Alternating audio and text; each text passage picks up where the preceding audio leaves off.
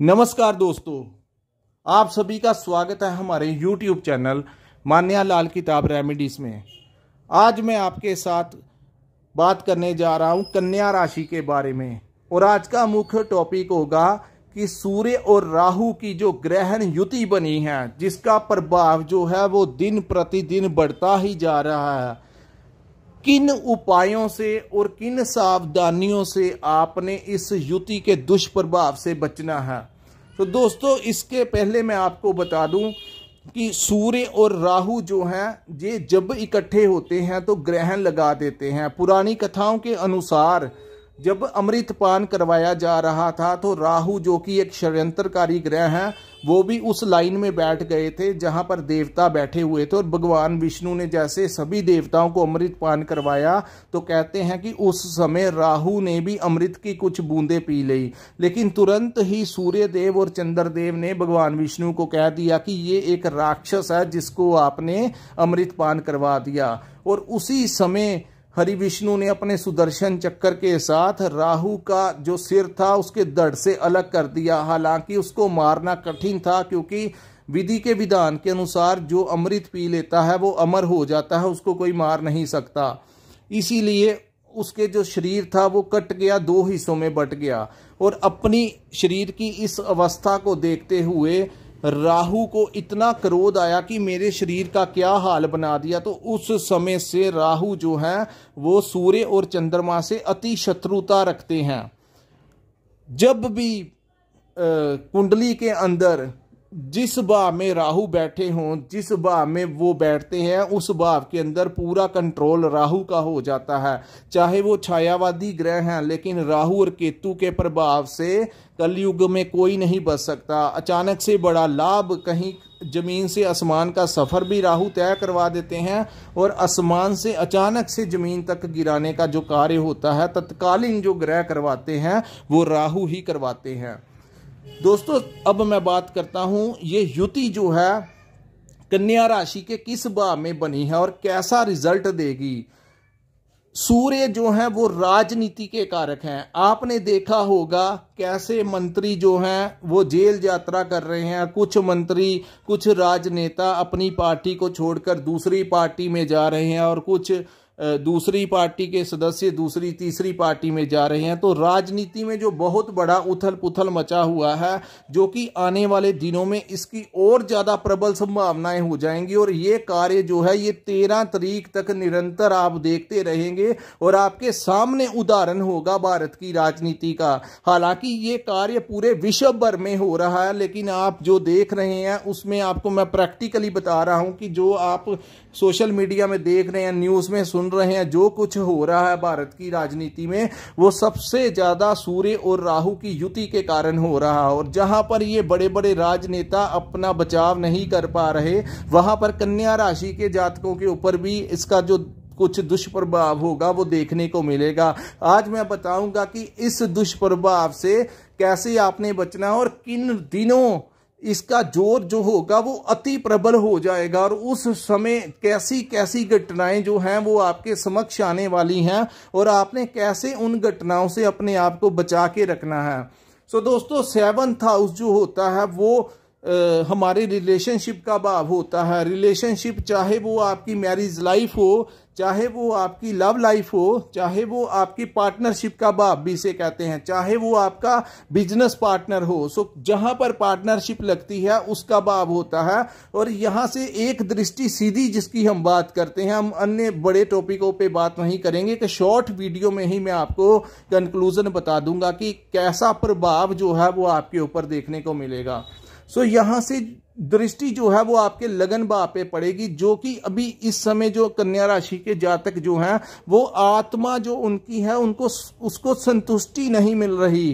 कुछ अजीब सी फीलिंग जो है, काम करने का मन नहीं कर रहा, कहीं ना कहीं कुछ ना कुछ जो कमी है किसी भी चीज की वो लाइफ में इस समय ज्यादा प्रबल हो गई है। और आपके मन जो है वो शांत नहीं है, कुछ ना कुछ आपके मन में चल रहा है और ऐसी हलचल जो है वो इसी युति के कारण हो रही है। दोस्तों, सूर्य जो है वो पिता के भी कारक हैं, सूर्य राजनीति के कारक है, सूर्य वो रोशनी है जो पूरे संसार को रोशन करती है।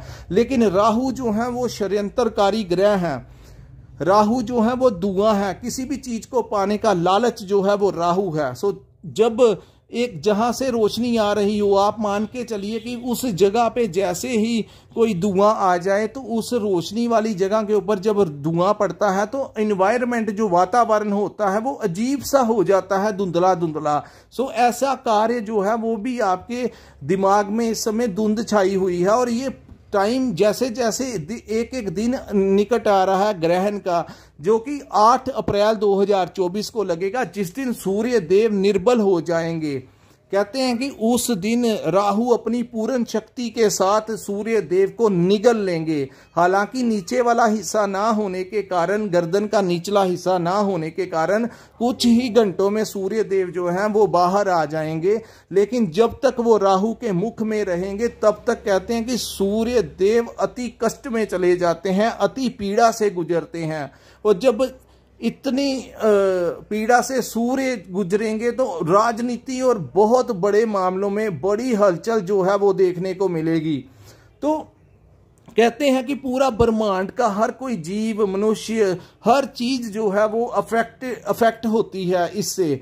तो इस समय कहते हैं कि वो जो समय होता है वो अच्छा नहीं माना जाता। खास करके जो लोग प्रेग्नेंट हैं उन लोगों को अपने गर्भ का पूरा ध्यान रखना है, क्योंकि गर्भ प्रेगनेंसी में बहुत ज़्यादा असर जो होता है वो बच्चों के ऊपर डालने का कार्य करता है, जो ग्रहण होता है। सो जो प्रेग्नेंट लेडीज हैं, अगर आपकी कन्या राशि है, आपकी वाइफ भी अगर प्रेग्नेंट है तो आपने उसका भी पूर्ण ध्यान रखना है, क्योंकि आपका कुछ ना कुछ असर जो है वो उसके ऊपर आपकी वाइफ का, क्योंकि लगन जो होते हैं वो एक दूसरे के साथ मिल जाते हैं शादी के बाद। जब हम अग्नि के फेरे ले लेते हैं, चाहे हम कोर्ट मैरिज कर लेते हैं, तो जब हम शादी कर लेते हैं तो एक दूसरे के ग्रह जो होते हैं वो आपस में एक ही बेड पर सोने के कारण, एक ही घर में रहने के कारण तो लगन मिल जाते हैं। इसीलिए कई बार ऐसा होता है कि हस्बैंड की कुंडली के साथ औरत की कुंडली भी देखनी पड़ती है, अगर पूरा सटीक जानकारी चाहिए होती, क्योंकि कई बार उसके ग्रह अच्छे नहीं होते और एक के अच्छे होते हैं, लेकिन उसके ऊपर कोई 7.5 डैया चल रहा होता है, जिसका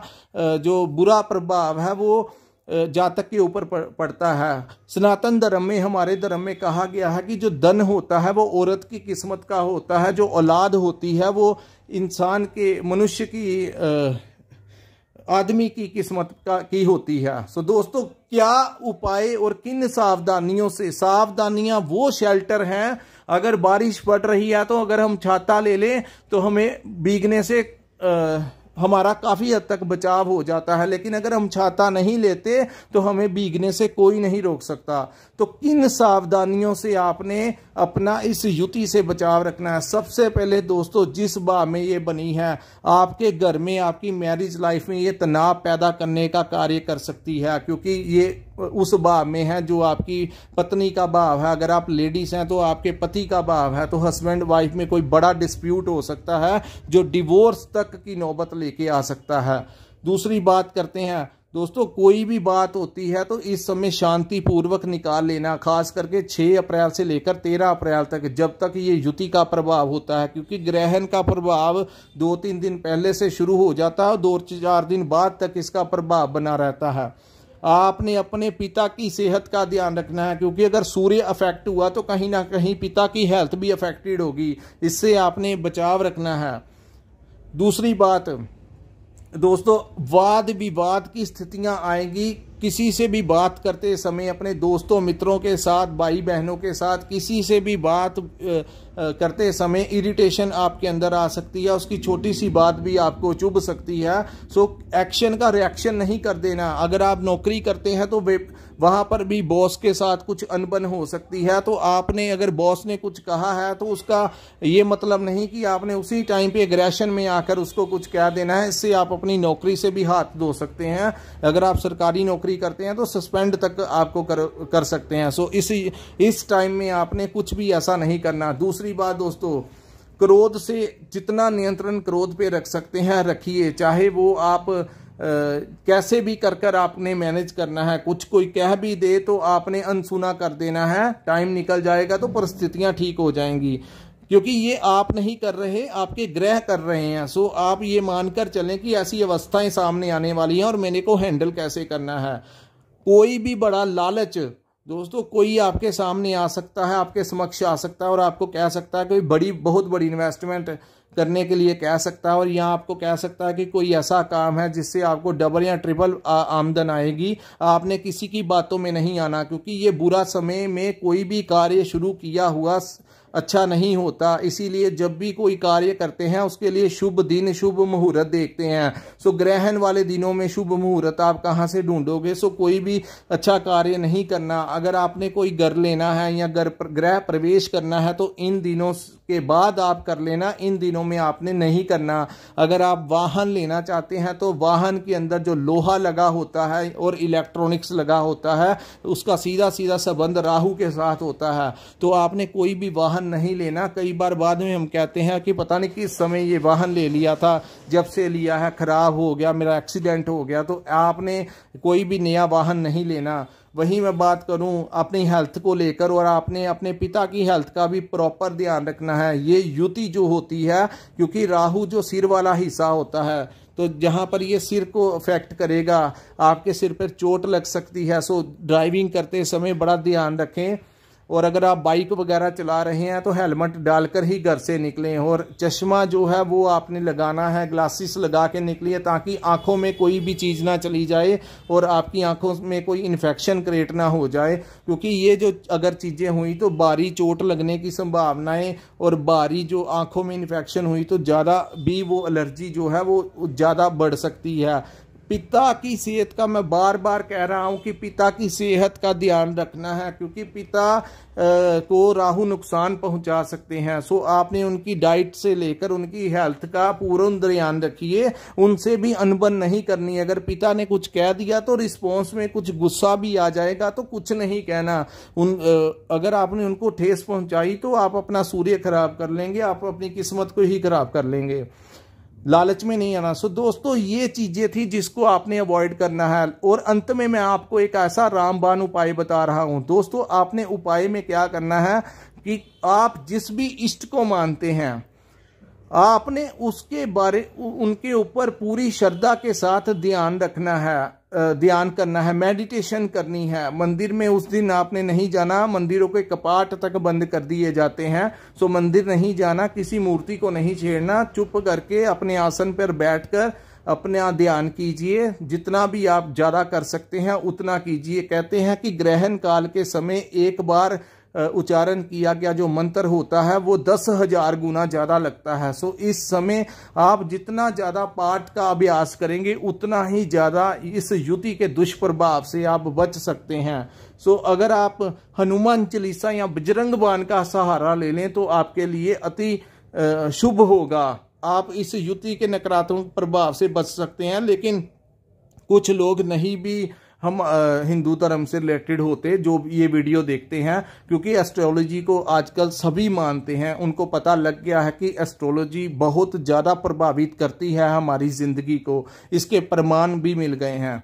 सो दोस्तों इसलिए मैं कहता हूं कि आप जिसको भी मानते हैं, जो भी आपके गुरुदेव हैं, अगर आपको गुरु मंत्र मिला हुआ है तो आप अपने गुरु मंत्र का भी जाप कीजिए, उसमें बहुत ज़्यादा शक्ति होती है। तो ये था कन्या राशि के ऊपर किन दिनों सावधानियां यूज करनी है और किन दिनों सबसे ज्यादा, और किस तरीके से अपना बचाव रखना है। आपको अगर हमारा ये वीडियो अच्छा लगा हो तो हमारे चैनल को लाइक और सब्सक्राइब करना मत भूलिए। दोस्तों बड़ी मेहनत करके हम आपके लिए वीडियो बनाते हैं, बड़ा एनालिसिस करके आपके लिए हम मेहनत करके लेके आते हैं। तो आप अगर हमारी वीडियो को लाइक और कमेंट जरूर किया कीजिए, ताकि हमारे अंदर हौसला जो है वो बना रहे और हम आते वक्त आपके लिए नई से नई जानकारी लेकर आते रहें। हमें इंस्पिरेशन मिलता है, हमें भी खुशी होती है कि हमें हमारी मेहनत का जो फल है वो कमेंट और लाइक के रूप में आपने दिया। अगर आपने अपनी कुंडली का विश्लेषण करवाना होगा तो हमारा स्क्रीन पे ऊपर नंबर शो हो रहा है, वहां पर आप हमारे साथ संपर्क कर अपनी कुंडली का पूर्ण विश्लेषण करवा सकते हैं। सो दोस्तों यहीं पे अपनी वीडियो को विराम लगाते हैं। नमस्कार, जय माता दी।